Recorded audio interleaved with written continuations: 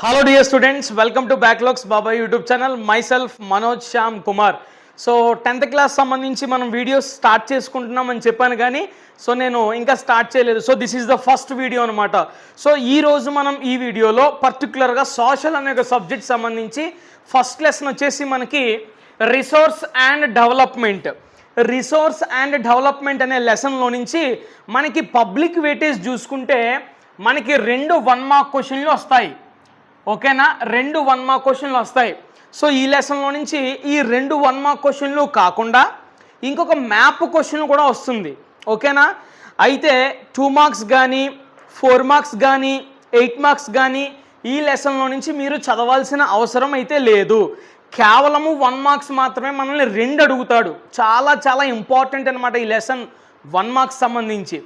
So ఏ ఒక్క 1 mark కూడా miss అవ్వకుండా సో పర్టికులర్గా కేవలం ఈ లెసన్ నుంచి ఏదైతే ఇంపార్టెంట్ కాన్సెప్ట్స్ ఉన్నాయో అవన్నీ కూడా నేను తీసుకోవడం జరిగింది. సో మీరు ఈ వీడియో అంతా కూడా ఎక్కడా స్కిప్ చేయకుండా స్టార్టింగ్ నుంచి ఎండింగ్ వరకు చాలా కాన్సన్ట్రేషన్తో ఇంట్రెస్ట్తో మీరు వినగలిగినట్లయితే పబ్లిక్ ఎగ్జామినేషన్లో మీకు వచ్చే 2 1 మార్క్ క్వశ్చన్లు 100%, నేను చెప్తున్నాను కదా, 100%, 99.9 కూడా కాదు, 100% నేను ష్యూరిటీ ఇస్తున్నాను. మీరు 2 1 మార్క్ క్వశ్చన్లు ఆన్సర్ చేస్తారు. అంత మాత్రమే కాదు, మీ స్కూల్లో జరగబోయే ఏ ఎగ్జామినేషన్ అయినా సరే, సో ఒకవేళ ఆ ఎగ్జామినేషన్లో సిలబస్గా ఈ లెసన్ ఉంటే కనుక 100% 1 మార్క్ క్వశ్చన్ ఏదైనా ఇచ్చుకునివ్వండి, ఖచ్చితంగా మీరు ఆన్సర్ చేసే క్యాపబిలిటీ మీలో వస్తుంది. ఓకేనా, సో ఇప్పటి వరకు రిసోర్స్ అండ్ డెవలప్మెంట్ అనే లెసన్కి సంబంధించి మీ దగ్గర ఉన్న నాలెడ్జ్ ఒక లెక్క అయితే, ఈ వీడియో చూసిన తర్వాత ఖచ్చితంగా మీ నాలెడ్జ్ డబుల్ ట్రిపుల్ అవుద్ది అనడంలో ఎలాంటి సందేహం లేదు. అండ్ నేను ఖచ్చితంగా చెప్పగలుగుతాను. ఓకేనా, so my dear friends, so ఎక్కడ కూడా స్కిప్ చేయకుండా ఒక నోట్స్ పెట్టుకోండి. నేను చెప్పే ప్రతిదీ కూడా మీరు రాసుకోవాలి. కేవలం వినేసి ఊరుకుంటే మాత్రం ఇది ఎంత మాత్రం మీకు ప్రయోజనం లేదు. వారం తర్వాత మీరు ఖచ్చితంగా ఇవన్నీ కూడా మర్చిపోతారు, మళ్ళీ తిరిగి వినాల్సి వస్తుంది. సో కాబట్టి మీరందరూ కూడా వింటూ పాజ్ చేసుకుంటూ నోట్స్ రాసుకుంటూ మీరు ఒక నోట్స్ ప్రిపేర్ చేసుకోగలిగితే దట్స్ ఎనఫ్. ఆ నోట్స్ చూసుకుని మీరు ఎగ్జామినేషన్కి వెళ్ళిపోవచ్చు. ఓకేనా, so 10th class is not about marks. So ఖచ్చితంగా నాలెడ్జ్ అనేది గెయిన్ చేయాలి. మార్కుల్లో మనం గెయిన్ అవ్వడం కాదు, నాలెడ్జ్లో గెయిన్ అయితే ఆటోమేటిక్గా మార్కుల్లో కూడా గెయిన్ అవుతాం.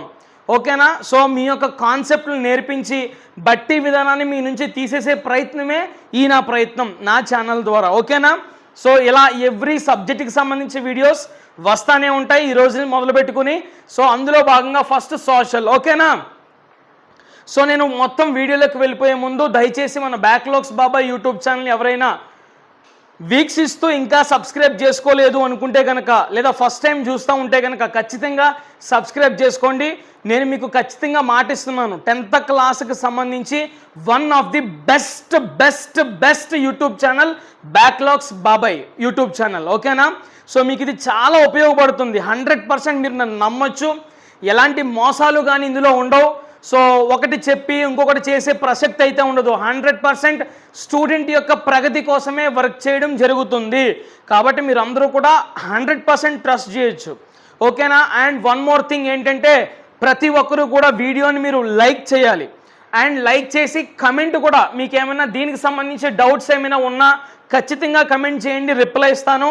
అండ్ క్లాస్ అయిపోయిన తర్వాత మీ ఫీడ్బ్యాక్, ఎలా అర్థమైంది మీకు, ఎలా ఉంది క్లాసు, సో అది కూడా మీరు కమెంట్ బాక్స్లో మాకు తెలియజేస్తే 100% మేము దాన్ని చూసుకుని తద్వారా మేము ఏమైనా చేంజెస్ చేయాలి అంటే కనుక చేంజెస్ చేస్తాం. ఓకేనా, అండ్ హైప్ పాయింట్స్ కూడా ఉన్నాయి. కమెంట్స్ మీరు ఇలా జరిపితే కనుక ఆ సెక్షన్లో మనకి హైప్ పాయింట్స్ కూడా ఉన్నాయి. సో మీరు అందరూ కూడా వీడియో చూస్తున్నప్పుడు లైక్ చేయడము కమెంట్ చేయడంతో పాటుగా హైప్ పాయింట్స్ కూడా మీరు ఇచ్చినట్లయితే అది మాకు చాలా చాలా ఉపయోగకరంగా ఉంటుంది. ఓకేనా, thank you so much. So ఇక ఎలాంటి ఆలస్యం చేయకుండా నేరుగా వీడియోలోకి వెళ్ళిపోదాం. సో రిసోర్స్ అండ్ డెవలప్మెంట్ అంటే మనకు తెలుసు. ఓకేనా, డెవలప్మెంట్ అంటే మనకి 100% తెలుసు. మరి రిసోర్స్ అంటే ఏంటి తెలుసుకుంటే ఆటోమేటిక్గా ఒకటి నేర్చుకుంటూ వెళ్ళిపోదాం. ఓకేనా, సో రిసోర్స్ అంటే ఏంటి? Anything available in nature that can satisfy human needs and has utility is called resource. ఓకేనా? మానవుని యొక్క అవసరాలు తీర్చగలిగే ప్రతి సౌకర్యం కూడా అదొక వనరే. రిసోర్సెస్ మనం తెలుగులో వనరులు అని పిలుస్తాం. ఓకేనా? మానవుని యొక్క అవసరాలు తీర్చే ప్రతీది కూడా ఒక వనరుగానే మనం చెప్పుకుంటాం. దాని ఇంగ్లీష్లో anything available in nature that can satisfy human needs and has utility, that is called resource. That is called resource. మరి అలాంటి రిసోర్సెస్కి ఎగ్జాంపుల్స్ ఏమైనా ఉన్నాయా సార్ అంటే ఎస్, 100% ఎగ్జాంపుల్స్ కూడా నేను ఇక్కడ ఇస్తా. సో ఫస్ట్ వాటర్ అనేది రిసోర్స్. ఎందుకంటే ఈ నేచర్లోనే ఇది దొరుకుతుంది. ఇది 100% మనిషి యొక్క అవసరం, మనిషికి అవసరం వాటర్ అనేది. సో మనిషి యొక్క అవసరం తీరుస్తుందా లేదా వాటర్ అనేది? ఎస్. కాబట్టి వాటర్ అనేది ఒక resource. And soil is also one of the resource, forest is also one of the resource, and minerals is also one of the resource. ఇవన్నీ కూడా నేచర్లో లభించేవి, మానవుని యొక్క అవసరాలు తీర్చేవి. అందుకనే వీటిని మనం ఏమని పిలుస్తాము? రిసోర్స్ అని పిలుస్తాము. అయితే ఈ రిసోర్సు వివిధ భాగాలుగా విభజించడం జరిగింది. మొట్టమొదటిగా క్లాసిఫికేషన్ ఆఫ్ రిసోర్సెస్ గురించి మనం మాట్లాడుకోగలిగితే బేస్డ్ ఆన్ ఆరిజన్ని బేస్ చేసుకుని ఈ రిసోర్సెస్ అనేవి 2 భాగాలుగా విభజించబడ్డాయి. So based on the origin resources can be classified into 2 types. So first type is biotic. What is that one? Biotic. And what is second one? Abiotic. ఓకేనా? ఆరిజిన్ని base చేసుకుని resources అనేవి మనకి 2 రకాలుగా విభజించబడ్డాయి. అందులో మొట్టమొదటిది బయోటిక్, రెండోది ఏబయోటిక్. సార్ ఏంటి బయోటిక్ అంటే ఏంటి సార్? బయోటిక్ అంటే ఏంటి అంటే resources obtained from living organisms నుంచి వచ్చే వనరులు ఏవైతే ఉన్నాయో వాటిని బయోటిక్ అని పిలుస్తాం. ఓకేనా? ఏమైతే రిసోర్స్ నాన్ లివింగ్ ఆర్గానిజమ్స్ నుంచి వస్తాయో వాటిని ఏబయోటిక్ అని పిలుస్తాం. Sir example sir? Yes, 100%. So living organisms నుంచి వచ్చే రిసోర్సెస్ని మనము బయోటిక్ రిసోర్సెస్ అని పిలుస్తాము. నాన్ లివింగ్ ఆర్గానిజమ్స్ నుంచి వచ్చే రిసోర్సెస్ని ఏబయోటిక్ అని పిలుస్తాము. మరి బయోటిక్ రిసోర్సెస్కి ఎగ్జాంపుల్స్ ఏంటి సార్ అంటే forest is one of the example for biotic resource, and animals is also example for biotic resource, and fisheries also one of the examples for biotic resource. Okay, now all these are belongs to biotic. What about abiotic? So air is the example of abiotic, water is example of abiotic, rocks are examples of abiotic, and minerals are the examples of abiotic. ఓకేనా? Living organisms జీవుల నుంచి ఉద్భవించే వనరులన్నీ కూడా Biotique సంబంధించినవి అయితే, ఓకేనా, జీవుల నుంచి కాకుండా నాన్ లివింగ్ ఆర్గానిజమ్స్ వాటి నుంచి ఉద్భవించే ప్రతి వనరు కూడా ఏబయోటిక్గా మనం చెప్తాం. ఉదాహరణగా ఎయిర్, వాటరు, రాక్స్ అండ్ మినరల్స్గా చెప్తాం. అర్థమైందా? సో క్లాసిఫికేషన్ ఆఫ్ రిసోర్సెస్లో ఆరిజిన్ బేస్ చేసుకుని బయోటిక్, ఏబయోటిక్గా డివిజన్ జరిగింది. నెక్స్ట్ ఇంకా ఎలా క్లాసిఫై జరిగింది sir? Yes, based on exhaustibility. ఈ 2 చాలా ఇంపార్టెంట్ నాన్న. Based on ఎగ్జాస్టిబిలిటీ.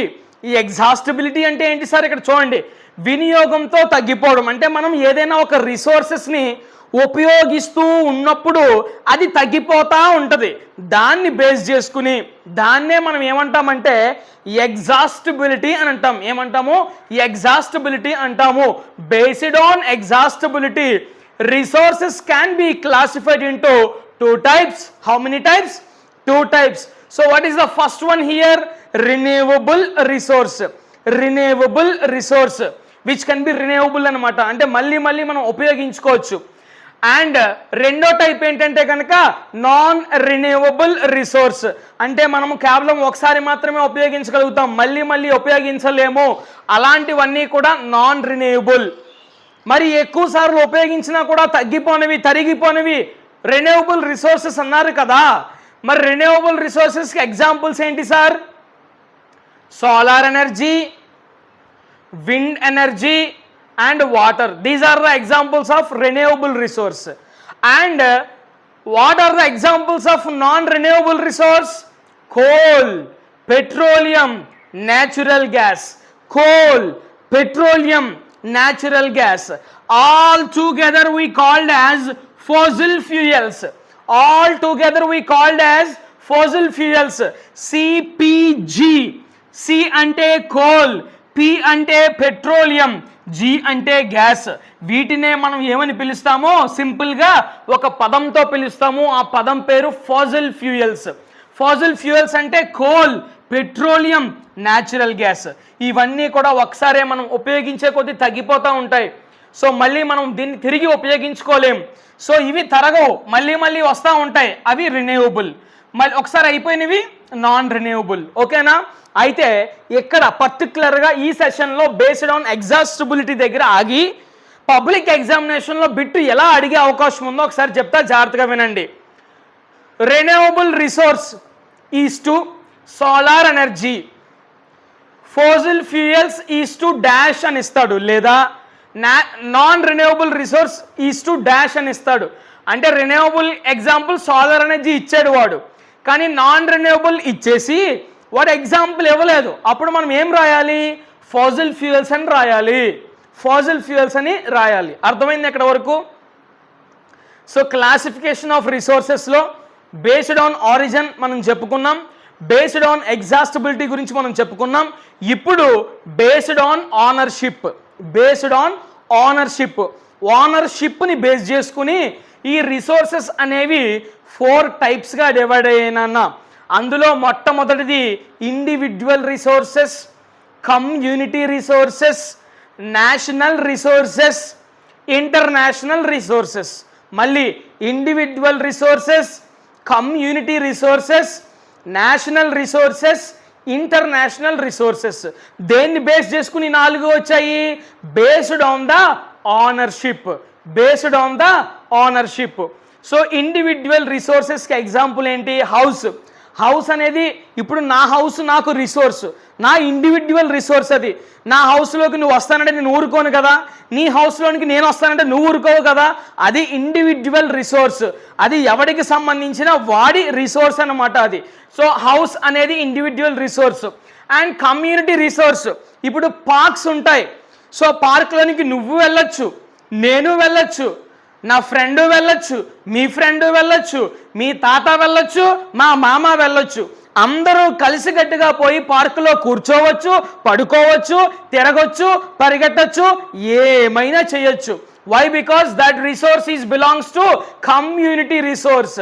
పార్క్ అనే రిసోర్స్ దేనికి సంబంధించింది? కమ్యూనిటీ, అందరికీ సంబంధించినది. మరి ఇండివిజువల్ అనేది ఒక్కొక్క వ్యక్తికి సంబంధించినది. సో ఇక మూడోది నేషనల్. నేషనల్ ఒక జాతికి, ఒక జాతి అంటే మనం తెలుసు కదా, ఒక కంట్రీ అనేది ఒక నేషన్, దానికి సంబంధించింది రివర్స్. సో పలానా రివర్ అనేది మనం చూసుకుంటాం, మన భారతదేశంలో గంగా అనే ఒక రివర్ ఉంది. సో అది మన నేషన్కి సంబంధించిన రివర్. అదే రివర్ బంగ్లాదేశ్కి వెళ్ళిపోతే పద్మావతి అని పిలుస్తాం ఆ రివర్ని. అర్థమవుతుందా? సో వేరు వేరు అయిపోయింది అక్కడ. సో ఈ రివర్స్ అనేవి నేషనల్ రిసోర్సెస్కి సంబంధించినవి. అండ్ ఇంటర్నేషనల్కి సంబంధించినవి ఓషియన్స్, మహాసముద్రాలు. అర్థమవుతుందా? సో ఇవి జాగ్రత్తగా మీరు గుర్తుపెట్టుకోవాలి. Based on origin, based on exhaustibility, based on ownership. ఇక ఈ క్లాసిఫికేషన్ ఆఫ్ రిసోర్సెస్లో last based on status of డెవలప్మెంట్ని బేస్ చేసుకుని, based on status of development, resources can be classified into 4 types again. What is the first one? Potential resource. Second one, developed resource. Third one, stock. Fourth one, reserves. Fourth one, reserves. Potential resource means, so మనం భవిష్యత్తులో ఉపయోగించే resources. మరి developed అంటే already ఉపయోగంలో ఉన్న resources, already ఉపయోగంలో ఉన్న resource developed resources. Stock అంటే సో ఆల్రెడీ ఉపయోగంలో ఉన్నా కూడా అవి ఉన్నాయి, ఉపయోగించే సాంకేతిక లేని ఆ వనరుల్ని ఏమంటామంటే కనుక స్టాక్ అంటాం. సో ఉన్నాయి ఆల్రెడీ, కానీ అది ఉపయోగించేంత టెక్నాలజీ మన దగ్గర లేదు. అలాంటివన్నీ కూడా స్టాక్ అని పిలుస్తాం. రిజర్వ్స్ అంటే భవిష్యత్తు కోసం దాచే వనరులన్నీ కూడా దీని క్రిందకి వస్తాయి. దేని క్రిందకి? రిజర్వ్స్. ఓకేనా? సో ఇవి మొత్తం ఈ నాలుగు రకాలుగా ఈ రిసోర్సెస్ అనేవి క్లాసిఫై అవ్వడం జరిగింది. అయితే 4 రకాలలో మీరు బాగా కాన్సన్ట్రేట్ చేయవలసినవి based on origin, based on exhaustibility. ఈ రెండు అంతగానో ఇంపార్టెంట్ అయితే కాదు, ఇప్పటివరకు ఏ ఎగ్జామినేషన్లోని కూడా రాలేదు. ఎక్కువ తరచుగా ఈ రెండే అడుగుతున్నాడు. మీరు కూడా పర్టికులర్గా ఈ రెండు బాగా కాన్సన్ట్రేట్ చేయండి. ఇవి జస్ట్ ఐడియా కోసం గుర్తుపెట్టుకోండి, నాలెడ్జ్ కోసం. ఓకేనా? అయిపోయింది ఆ పార్ట్. ఇక నెక్స్ట్ కాన్సెప్ట్లోకి వెళ్ళిపోతే సస్టైనబుల్ డెవలప్మెంట్ అంట. సస్టైనబుల్ డెవలప్మెంట్ అంటే ఏంటి? సస్టైనబుల్ డెవలప్మెంట్ అంటే చూడండి, development that meets present needs without compromising future generations. Without compromising future generations. ప్రతి ఒక్కరూ కూడా మీరు డెఫినేషన్ నేర్చుకోవాలి. సో ఫస్ట్ లెసన్కి సంబంధించి రిసోర్స్ అండ్ డెవలప్మెంట్కి సంబంధించి సస్టైనబుల్ డెవలప్మెంట్ అనే ఈ డెఫినేషన్ చాలా చాలా చాలా చాలా చాలా చాలా ఇంపార్టెంట్. కాబట్టి నేర్చుకోవాలి. నాతో పాటు ఒకసారి మీరు కూడా చెప్పండి. డెవలప్మెంట్ దట్ మీట్స్ చెప్పాలి. అందరూ కలిసి నాతో పాటు చెప్పండి. Development, very good, that meets present needs without compromising future generations is called sustainable development. సింపుల్గా మన పరిభాషలో మాట్లాడుకోవాలి అంటే ప్రస్తుతం ఈ రిసోర్సెస్ అన్నీ కూడా మనం చక్కగా ఉపయోగించుకుంటూ ఫ్యూచర్ జనరేషన్లో ఉపయోగించే రిసోర్సెస్కి హాని కలిగించకుండా ఇప్పుడు మనము ఉపయోగించడాన్ని, అంటే ఫ్యూచర్ జనరేషన్లో ఉండే రిసోర్సెస్కి మనం ఇప్పుడు హాని కలిగించకుండా అభివృద్ధి చెందేదే సస్టైనబుల్ డెవలప్మెంట్. మళ్ళీ ఒకసారి చెప్తున్నా, జాగ్రత్తగా వినండి. కన్ఫ్యూజ్ పడ్డానికి ఇందులో ఏమీ లేదు, క్వశ్చన్ మార్క్ ఏమీ లేదు. ఇక్కడ సింపుల్గా నేర్చుకోవచ్చు, చాలా ఈజీ కాన్సెప్ట్. సస్టైనబుల్ డెవలప్మెంట్ అంటే భవిష్యత్తులో ఉండే రిసోర్సెస్కి హాని కలిగించకుండా ప్రస్తుతం మన రిసోర్సెస్ను ఉపయోగించుకుంటూ అభివృద్ధి చెందించడాన్నే సస్టైనబుల్ డెవలప్మెంట్ అంటాము. ఓకేనా? Development that meets present needs without compromising future generations. So ఇది ప్రతి ఒక్కరు కూడా నోట్ చేసుకోవాలి. అండ్ మీరు ఈ డెఫినేషన్ కూడా ఖచ్చితంగా నేర్చుకోవాలి, చాలా ఇంపార్టెంట్. ఓకేనా? 1 మార్క్ అడుగుతాడు. అండ్ బ్రింట్లాండ్ కమిషన్, ఇక్కడ ఒక కమిషన్ మీకు పరిచయం చేయాలి. బ్రింట్లాండ్ కమిషన్. అసలు ఈ సస్టైనబుల్ డెవలప్మెంట్ అనే కాన్సెప్ట్ ఉంది చూసారా? ఈ సస్టైనబుల్ డెవలప్మెంట్ అనే కాన్సెప్ట్ని మొట్టమొదటిసారిగా పరిచయం చేసినటువంటి కమిషన్ ఏంటో తెలుసా? ఈ Brundtland commission. Which commission? Brundtland commission. చూడండి ఇక్కడ D silent, BRUNTLAND, Brundtland commission. ఓకేనా? సో ఈ సస్టైనబుల్ డెవలప్మెంట్ అనే కాన్సెప్ట్ని మొట్టమొదటిసారిగా పరిచయం చేసిన, ఇంట్రడ్యూస్ చేసినటువంటి కమిషన్ ఏదైనా ఉంది అంటే అది బ్రింట్లాండ్ కమిషన్. క్వశ్చన్ అడుగుతాడు, ఎలాగా? So Brundtland commission is related with, so Brundtland కమిషన్కి దేనితో సంబంధం ఉంది? దేనితో సంబంధం ఉంటుంది? సస్టైనబుల్ డెవలప్మెంట్తో సంబంధం ఉంటుంది. ఎలాగా రెండింటికి సంబంధము? ఎందుకంటే ఈ సస్టైనబుల్ డెవలప్మెంట్ అనే ఈ కాన్సెప్ట్ని తీసుకువచ్చిన కమిషనే బ్రింట్లాండ్ కమిషన్. తద్వారా ఈ రెండింటికి ఒక రిలేషన్ ఏర్పడింది. ఆ రిలేషన్ అడుగుతాడు. అర్థమైందా? సో ఇక్కడ వరకు మీకు అర్థమైందా, అర్థం కాలేదా? ఫస్ట్ నేను రిసోర్సెస్ అంటే ఏంటో చెప్పాను. Anything available in nature that can satisfy human needs and has utility is called resource. ఎగ్జాంపుల్గా వచ్చేసి water, soil, forest and minerals. Classification of రిసోర్సెస్లో భాగంగా బేస్డ్ ఆన్ ఆరిజిన్ చూసుకుంటే రిసోర్సెస్ 2 రకాలుగా క్లాసిఫై అయ్యాయి, biotic and abiotic. Living organisms నుంచి వచ్చే రిసోర్సెస్ని బయోటిక్ అని, నాన్ లివింగ్ ఆర్గానిజమ్స్ నుంచి వచ్చే రిసోర్సెస్ని ఏబయోటిక్ అని పిలుస్తాం.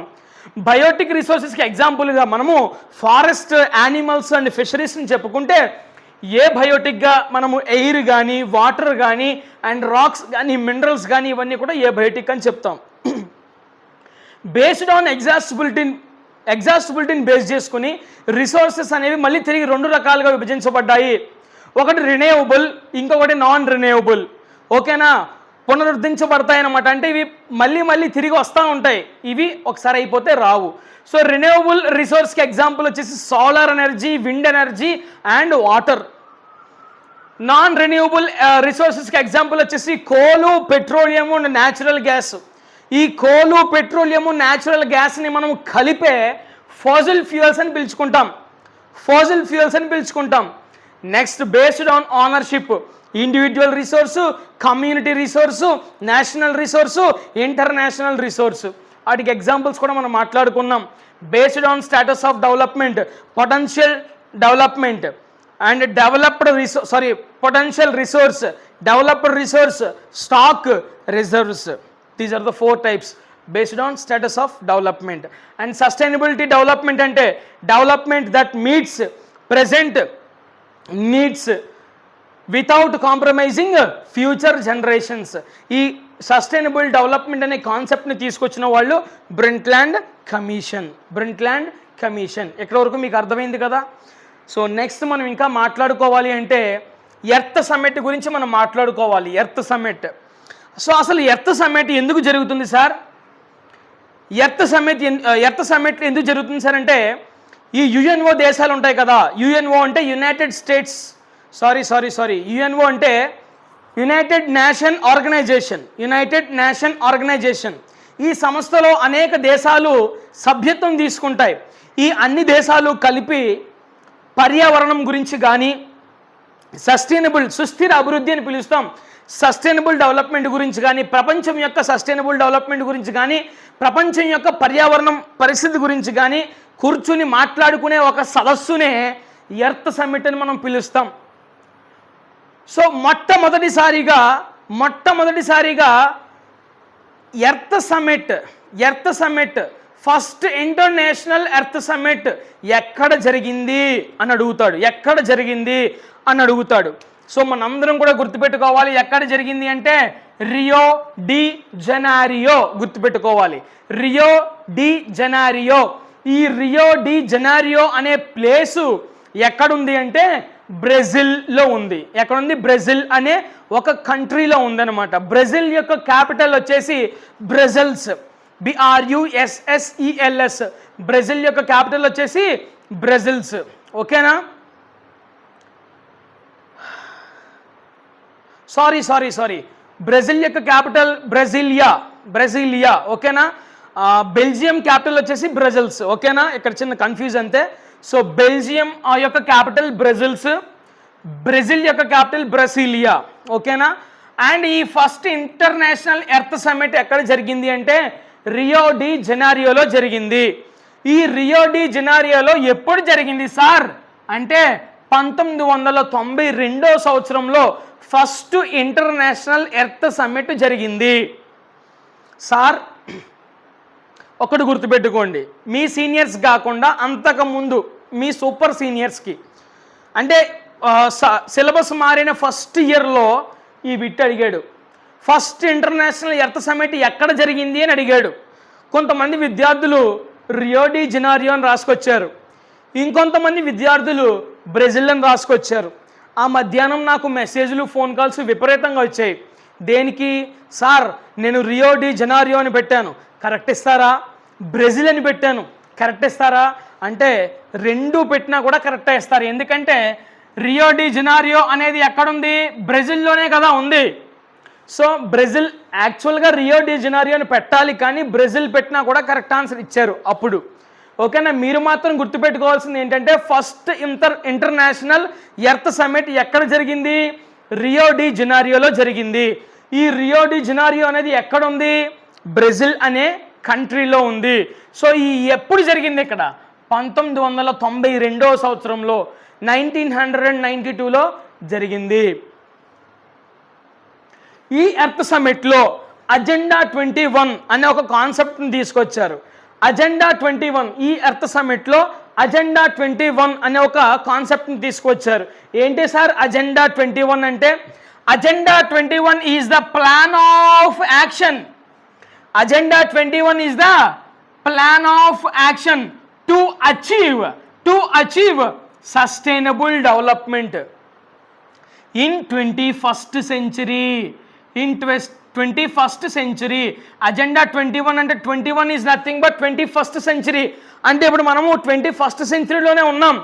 ఈ 21st century అయ్యే లోపులో ఈ సస్టైనబిలిటీ డెవలప్మెంట్ని మనము అచీవ్ చేయడమే అజెండా 21. అజెండా 21 నేను చెప్పాను ఇక్కడ సస్టైనబుల్ డెవలప్మెంట్ డెఫినేషన్ ఎంత ఇంపార్టెంటో, ఈ అజెండా 21 అనే డెఫినేషన్ కూడా చాలా చాలా ఇంపార్టెంట్. పెద్దగా కష్టపడిపోవాల్సిన పనేమీ లేదు. Agenda 21 is the plan of action to achieve. Agenda 21 is the plan of action to achieve sustainable development. Sustainable development ఎందుకు అన్నిసార్లు చెప్తున్నాను సార్, మీరు కూడా నాతో పాటు రిపీట్ చేస్తారని.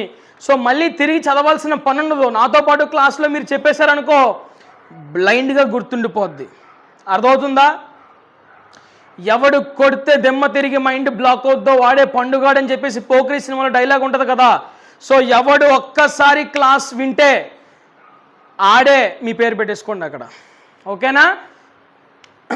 ఎవడు ఒక్కసారి వింటే మళ్ళీ చచ్చే వరకు మర్చిపోడో వాడే డాష్ అంటే డాష్లో మీ పేరు, ఓకే?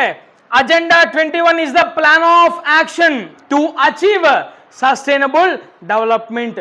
ఈ అజెండా 21 కాన్సెప్ట్ని ఎర్త్ సమిట్లోనే తీసుకొచ్చారు. అండ్ ఈ ఎర్త్ సమిట్లో ఇంకో రియో సమిట్ డిక్లరేషన్. ఈ ఎర్త్ సమిట్ పర్టికులర్గా ఫస్ట్ ఎర్త్ సమిట్లో రియో డి జనవరిలో జరిగిన ఫస్ట్ ఇంటర్నేషనల్ ఎర్త్ సమిట్లో దేనిపైన డిక్లరేషన్ చేశారో తెలుసా? దేనిపైన సంతకాలు చేశారో తెలుసా? క్లైమేట్ చేంజెస్ పైన డిస్కషన్ జరిగి డిక్లరేషన్ ఇచ్చారు. అండ్ బయోలాజికల్ డైవర్సిటీ పైన, క్లైమేట్ చేంజెస్ పైన, బయోలాజికల్ డైవర్సిటీ పైన, ఓకేనా? సో ఇక్కడ వరకు మీకు అర్థమైంది అనుకుంటా. అండ్ దీనికి సంబంధించే గాంధీజీస్ రిసోర్స్ కన్జర్వేషన్ ఐడియా.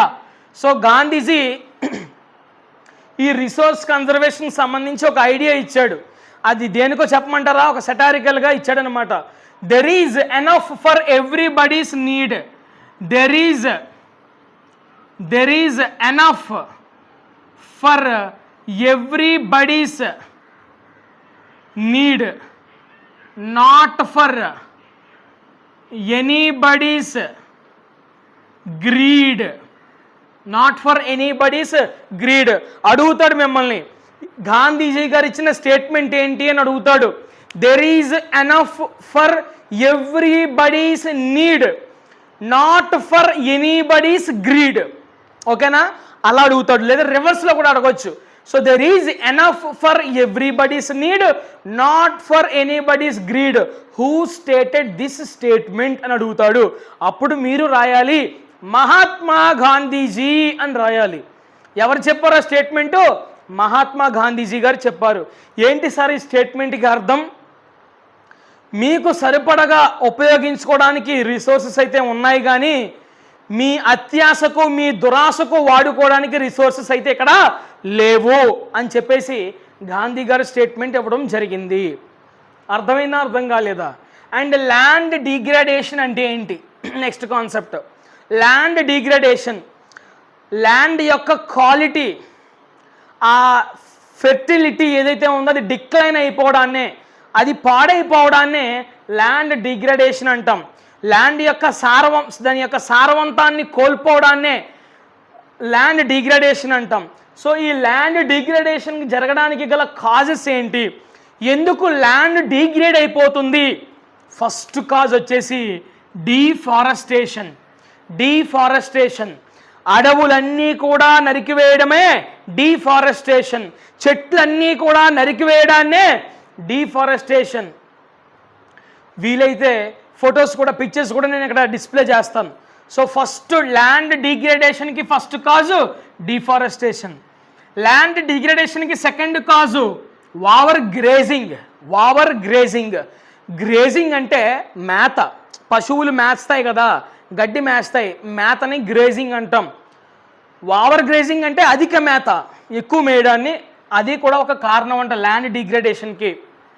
ఎందుకంటే చెట్లు అనేవి భూమికి చాలా బలం, అవే పోతే వాటిని నరికేస్తూ ఉంటే ఏమవుద్ది, భూమి అంతా కూడా సారవంతం పోతుంది, దాని యొక్క బలం కోల్పోతుంది.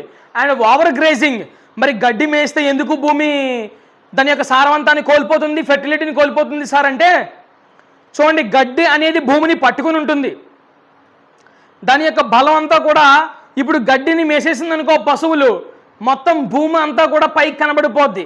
సో గడ్డి అనేది కవర్ చేసి ఉండదు, అప్పుడు ఏ వర్షాలు పడినా వరదలు వచ్చినా ఏమొచ్చినా కూడా నీటితో పాటు ఆ ఫెర్టిలిటీ లేయర్ అనేది కొట్టుకుపోతుంది. అలాగ భూమి అనేది డిక్లైన్ అయిపోతుంది, అమ్మక దాని యొక్క క్వాలిటీ అనేది ఏమవుతుంది, డిక్లైన్ అయిపోతుంది, పాడైపోతుంది, ల్యాండ్ డిగ్రేడ్ అయిపోతుంది. Okay, next mining and quarrying, గనులు తవ్వేస్తూ ఉంటే ఏమవుద్ది, అప్పుడు కూడా ల్యాండ్ డిగ్రేడ్ అయిపోతూ ఉంటుంది. అండ్ హ్యూమన్ యాక్టివిటీస్, అంటే మనుషులు చేసే కొన్ని కార్యకలాపాల వల్ల కూడా ల్యాండ్ అనేది డిగ్రేడ్ అయిపోతుంది. So these are the reasons for land degradation are these are the causes for land degradation. చాలా చాలా important. Deforestation, next over grazing, next mining and quarrying and human activities. Next state wise causes. So పంజాబ్లోని హర్యానాలోని భూమి అనేది మొత్తం క్షీణించిపోతుంది, land అనేది degrade అయిపోతుంది. దానికి గల మూల కారణం ఏంటో చెప్పనా, ఓవర్ ఇరిగేషన్. ఇది మ్యాచింగ్ రూపంలో మిమ్మల్ని అడిగే అవకాశం ఉంది, కాబట్టి చాలా జాగ్రత్తగా. ఓవర్ ఇరిగేషన్ వల్ల ల్యాండ్ ఎక్కడ డిగ్రేడ్ అయిపోతుంది, Punjab and Haryana. And over grazing వల్ల ల్యాండ్ ఎక్కడ డిగ్రేడ్ అయిపోతుంది, Gujarat and Rajasthan.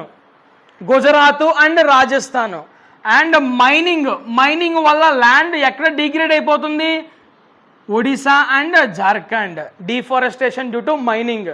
So mining ద్వారా, మైనింగ్ చేయాలి అంటే అక్కడ చెట్లు నరకాలి, సో గనులు తవ్వుతారు, దానివల్ల భూమి అనేది క్షీణించిపోతుంది. ఎక్కడ, Odisha and Jharkhand. So mining కోసం గుర్తుపెట్టుకోండి ఓజే అంటే మనకి సినిమా ఉంది ఓజీ, ఇక్కడ మనకి ఓజే. ఓ అంటే ఒడిశా, జే అంటే జార్ఖండ్, మైనింగ్. ఓకేనా.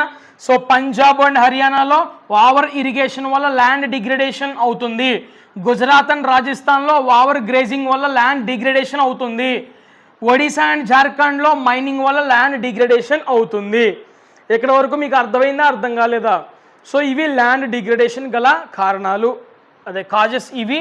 అండ్ ఎక్కడెక్కడ ఏ ప్లేసెస్లో అయితే మనం స్టేట్స్లో అయితే ఆ ల్యాండ్ అనేది డిగ్రేడ్ అయిపోతుందో అండ్ ఎందుకు డిగ్రేడ్ అయిపోతుందో రీజన్ కూడా మనం రాసుకున్నాం. ఇప్పుడు సాయిల్ కన్జర్వేషన్ మెథడ్స్. ఇప్పుడు ల్యాండ్ డిగ్రేడ్ అయిపోయింది కదా, ఇప్పుడు మనం సాయిల్ని కన్జర్వ్ చేయాలి, కాపాడుకోవాలి అంటే మెథడ్స్ ఏంటి? ఫస్ట్ది కాంటర్ ఫ్లోయింగ్, అంటే ఇలా వాలుగా ఉండే ప్రదేశంలో అక్కడ ఎక్కడైతే సమాంతరంగా ఉందో భూమి, అక్కడ వ్యవసాయాన్ని చేయడాన్ని వీలైతే మీకు డిస్ప్లే చేస్తాను, ఈ పిక్చర్ చూడండి ఒకసారి. సో దాన్ని అక్కడ వ్యవసాయం చేయడాన్ని కాంటర్ ఫ్లోయింగ్ అని అంటాం. Next terrace farming. సో ఎక్కడైతే ఏజెన్సీ ఏరియాల్లో కొండ ప్రాంతాల్లో ఈ టెర్రస్ ఫార్మింగ్ అనేది, అంటే ఒక మెట్ల ఆకారంలో అక్కడ ఏం చేస్తుంటారు, పొలాన్ని పండించుకుంటూ ఉంటారు, దాన్ని టెర్రస్ ఫార్మింగ్ అని పిలుస్తారు నాన్న. నెక్స్ట్ స్ట్రిప్ క్రాపింగ్ అంటే ఇలా గడులుగా వాళ్ళు పంటలను పండిస్తారు. ఒక గడులో ఒక పంటను పండిస్తే ఇంకొక గడులో ఇంకొక పంటను పండిస్తారు. అలా వివిధ రకాల పంటల్ని కలిపి ఒకేసారి పండిస్తే వివిధ గడుల్లో, దాన్ని స్ట్రిప్ క్రాపింగ్ అని పిలుస్తారు. క్రాపింగ్. ఇవి దేనికి మెథడ్స్? ఇవి సాయిల్ కన్జర్వ్ చేయడానికి, సాయిల్ని కాపాడుకోవడానికి ఇవి methods. Contour ploughing, terrace farming, strip cropping. Next soil erosion అంటే ఏంటి? సాయిల్ ఎరోషన్ అంటే removal of the top fertile layer of the soil ఉంది, సాయిల్ యొక్క పైన సారవంతమైనటువంటి నేల పొర ఉంటుంది చూసారా, పై పొర, ఆ పొరంతా పోవడాన్నే సాయిల్ ఎరోషన్ అంటాము. ఈ సాయిల్ ఎరోషన్ అనేది చూడండి ఇక్కడ, removal of the top fertile layer. ఈ సాయిల్ ఎరోషన్ రెండు రకాలుగా ఉంది. ఒకటి షీట్ ఎరోషన్. రెండోది గల్లీ ఎరోషన్, షీట్ ఎరోషన్, గల్లీ ఎరోషన్. సో ఇది కూడా చాలా important. What is sheet erosion అని అడుగుతాడు, important. What is sheet erosion అని అడుగుతాడు. So water removes top soil uniformly like ఏ షీట్. సో వాటర్ వస్తుంది కదా, వాటర్ ఫ్లోట్ వస్తుంది అనుకోండి, వస్తున్నప్పుడు ఆ నేలపైన సాయిల్ ఏదైతే ఉందో, ఆ టాప్ ఫెర్టైల్ లేయర్ ఏదైతే ఉందో అది మొత్తం అంతా కూడా ఒక షీట్ ఆకారంలో, ఒక షీట్ ఎలాగైతే ఉంటుందో ఆ షీట్ ఆకారంలో మొత్తం టాప్ లేయర్ అంతా కూడా వాష్డ్ అవే అవ్వడాన్ని షీట్ ఎరోషన్ అంటాం. ఒక షీట్ ఆకారంలో మొత్తం ఒకేసారి పోద్దనమాట అంతా కూడా, దాన్ని షీట్ ఎరోషన్ అంటాం. పిక్చర్ వస్తే చూసుకోండి. నెక్స్ట్ గల్లీ erosion. Running water cuts deep channels. So water అనేది స్టాగ్నెంట్ అయిపోయి రన్ అవుతూ ఉంటుంది కదా, అప్పుడు భూమి అనేది పగుళ్ళు వస్తుంది. చూడండి పిక్చర్ మీకు కావాల్సి వస్తే. సో పగిలి ఆ భూమి విడిపోవడాన్నే గల్లీ ఎరోషన్ అంటాం అనమాట. డీప్ ఛానల్స్ అనేవి ఫామ్ అవుతాయి, దాన్ని మనం గల్లీ ఎరోషన్ అని పిలుస్తాము. అర్థమైందా, అర్థం కాలేదా? సో నెక్స్ట్ బ్లాక్ సాయిల్ గురించి మనం మాట్లాడుకుంటే, బ్లాక్ సాయిల్కి మరొక పేరుంది రెగర్ సాయిల్. బ్లాక్ సాయిల్కే మరొక పేరుంది రెగర్ సాయిల్. ఈ రెగర్ సాయిల్ అనేది లావా నుంచి ఫామ్ అవుతుంది, లావా నుంచి ఫామ్ అవుతుంది, జాగ్రత్తగా గుర్తుపెట్టుకోండి, లావా నుంచి ఫామ్ అవుతుంది. అయితే ఈ బ్లాక్ సాయిల్ కానీ రెగర్ సాయిల్ కానీ ఎక్కడ ఉంది సార్ అంటే మహారాష్ట్రలో మనం దాన్ని చూడొచ్చు. దానితో పాటు డెక్కన్ ప్లాట్యూలో మనం చూడొచ్చు, మహారాష్ట్రలో చూడొచ్చు, డెక్కన్ ప్లాట్యూలో కూడా మనం చూడొచ్చు. అండ్ ఈ బ్లాక్ సాయిల్ అనేది కాటన్ గ్రో చేయడానికి అనువైనటువంటి సాయిల్. కాటన్ గ్రో చేయాలి అంటే ఖచ్చితముగా బ్లాక్ సాయిల్ అనేది ఉండాలి. బ్లాక్ సాయిల్ ఉంటేనే కాటన్ గ్రో అవుతుంది, అది గుర్తుపెట్టుకోండి, చాలా ఇంపార్టెంట్ బిట్ అనమాట ఇది. Best crop cotton, black soil ఉంటేనే కాటన్ గ్రో అవుద్ది. Next cropping seasons in India చూసుకుంటే రబీ, ఖరీఫ్, జయాద్. రబీ, ఖరీఫ్, జయాద్. రబీ అనేది వింటర్ క్రాప్స్ నాన్న, ఖరీఫ్ అనేది మాన్సూన్ క్రాప్స్, జయాద్ అనేది summer crops.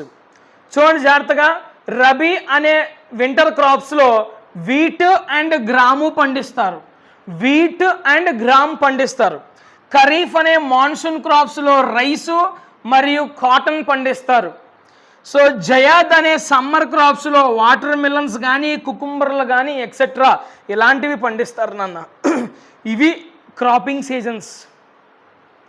And national forest policy గురించి మాట్లాడుకుంటే 1952లో నేషనల్ ఫారెస్ట్ పాలసీ అనేది ఒకటి ఉంది మనకి. ఈ నేషనల్ ఫారెస్ట్ పాలసీ ప్రకారంగా టోటల్ జియోగ్రఫికల్ ఏరియా ఎంతంటే 3.28 మిలియన్ స్క్వేర్ కిలోమీటర్స్. మన ఇండియాలో 3.28 మిలియన్ స్క్వేర్ కిలోమీటర్స్. ఈ టోటల్ 3.28 మిలియన్ స్క్వేర్ కిలోమీటర్స్ని మనము 100% అనుకుంటే, 100% అనుకుంటే ఈ టోటల్ జియోగ్రఫికల్ ఏరియాలో టోటల్ ఫారెస్ట్ ఏరియా ఎంత పర్సెంటేజ్ ఉంది based on national forest policy 1952. ఈ నేషనల్ ఫారెస్ట్ పాలసీ 1952ని బేస్ చేసుకుని టోటల్ జియోగ్రఫికల్ ఏరియాలో ఫారెస్ట్ ఏరియా ఎంత శాతం ఉందంటే కనుక 33% ఉంది, 33% ఉంది. ఓకేనా? అండ్ సాయిల్స్ ఆఫ్ ఇండియా, ఇండియాలో ఉండే సాయిల్స్ అంట. సో ఈ సాయిల్స్ని బేస్ చేసుకుని మనల్ని మీ సీనియర్స్ యొక్క పబ్లిక్ ఎగ్జామినేషన్లో ఫస్ట్ బిట్ అడిగాడు అనమాట. సో అది ఏమడిగాడంటే ఖాదర్ అని అడిగాడు. ఖాదర్ అంటే ఏంటి అంటే న్యూ అల్యూవిలియల్ సాయిల్ అని రాయాలి. భాంగర్ అంటే ఓల్డ్ అల్యూవిలియల్ సాయిల్. ఖాదర్ అంటే న్యూ అల్యూవియల్ సాయిల్, భాంగర్ అంటే ఓల్డ్ అల్యూవియల్ సాయిల్. అంటే కన్ఫ్యూజ్ రాకుండా, అంటే విన్నప్పుడు బాగానే ఉంటుంది, తర్వాత కన్ఫ్యూజ్ వస్తుంది మనకి. అరే ఖాదర్ అంటే ఓల్డ్ అండ్ న్యూ అని చెప్పేసి మనకి కన్ఫ్యూజన్ వస్తుంది. ఆ కన్ఫ్యూజన్ తీసేయడం కోసం ఖాదర్ అంటే ఏంటి, న్యూ అల్యూవియల్ సాయిల్ కదా.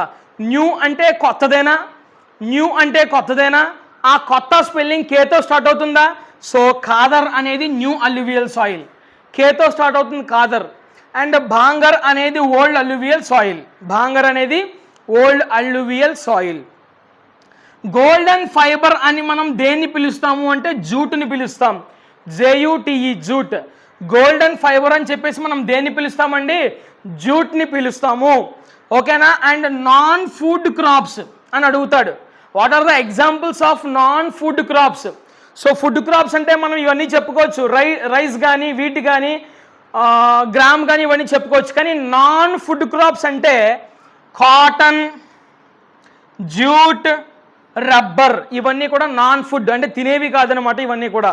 అందుకనే నాన్ ఫుడ్ క్రాప్స్ అని పిలుస్తాం. ఓకేనా? ప్రొడక్షన్ ఆఫ్ గర్, వరల్డ్లోనే గర్ ప్రొడక్షన్లో ఇండియా అనేది ఫస్ట్ ప్లేస్లో ఉంది. గర్ అంటే తెలుసు కదా మీకు, జాగరీ అని పిలుస్తాం దాన్ని, బెల్లం. ఆ బెల్లాన్నే మనం జాగరీ అంటాం, దాన్నే ఘర్ అని పిలుస్తాం, GUR. ఆ ప్రొడక్షన్లో మొట్టమొదటి స్థానంలో ఉంది ఎవరంటే కనుక ఇండియా. ప్రపంచంలోనే మొట్టమొదటి స్థానం గర్ ప్రొడక్షన్లో ఫస్ట్ ప్లేస్లో ఉంది ఇండియా. ఇండియా ఇండియా ఓకేనా? Next, aluminium is the ore of bauxite. Bauxite యొక్క ఓర్ ఏది? Aluminium ore. ఓకేనా? Aluminium is the ore of bauxite, ఇది గుర్తుపెట్టుకోవాలి. నెక్స్ట్, కోలు, పెట్రోలియము ఇవన్నీ కూడా కన్వెన్షనల్ ఎనర్జీ సోర్సెస్. ఇవన్నీ కూడా అంటే ఎప్పటి నుంచో వాడుతున్నవి, కన్వెన్షనల్, ఎప్పటి నుంచో వాడుతూ వస్తున్నవన్నీ కూడా కన్వెన్షనల్ ఎనర్జీ సోర్స్ అని పిలుస్తాము. ఎగ్జాంపుల్స్ కోలు, పెట్రోలియం. నాన్ కన్వెన్షనల్ సోర్సెస్ అంటే ప్రస్తుతం మోడర్న్గా వచ్చినవి అండ్ పర్యావరణానికి హాని కలిగించకుండా ఉండేవి. సోలార్ ఎనర్జీ, విండ్ ఎనర్జీ, ఇవన్నీ కూడా examples of non conventional sources, energy sources. అర్థమైందా? అమ్మయ్యా, ఇది మొత్తం ఓవరాల్ రిసోర్సెస్ అండ్ డెవలప్మెంట్ అనే చాప్టర్కి సంబంధించినటువంటి ముఖ్యమైన కాన్సెప్ట్స్. ఐ హోప్ మొత్తం ఎవ్రీథింగ్ ఇంపార్టెంట్ ఏరియా అంతా కూడా నేను కవర్ చేయడం జరిగింది. అండ్ ఒక బిట్ చెప్పడం మర్చిపోయాను నేను. సాయిల్ కన్జర్వేషన్ మెథడ్స్లో భాగంగా టెర్రస్ ఫార్మింగ్ ఉంది కదా, సాయిల్ కన్జర్వేషన్లో భాగంగా టెర్రస్ ఫార్మింగ్ ఉంది కదా, ఏజెన్సీలో చేస్తారని చెప్పాను. ఈ టెర్రస్ కల్టివేషన్ అంటే టెర్రస్ ఫార్మింగ్ అనేది మొట్టమొదటిసారిగా ఎక్కడ ప్రాక్టీస్ చేశారంటే ఉత్తరాఖండ్.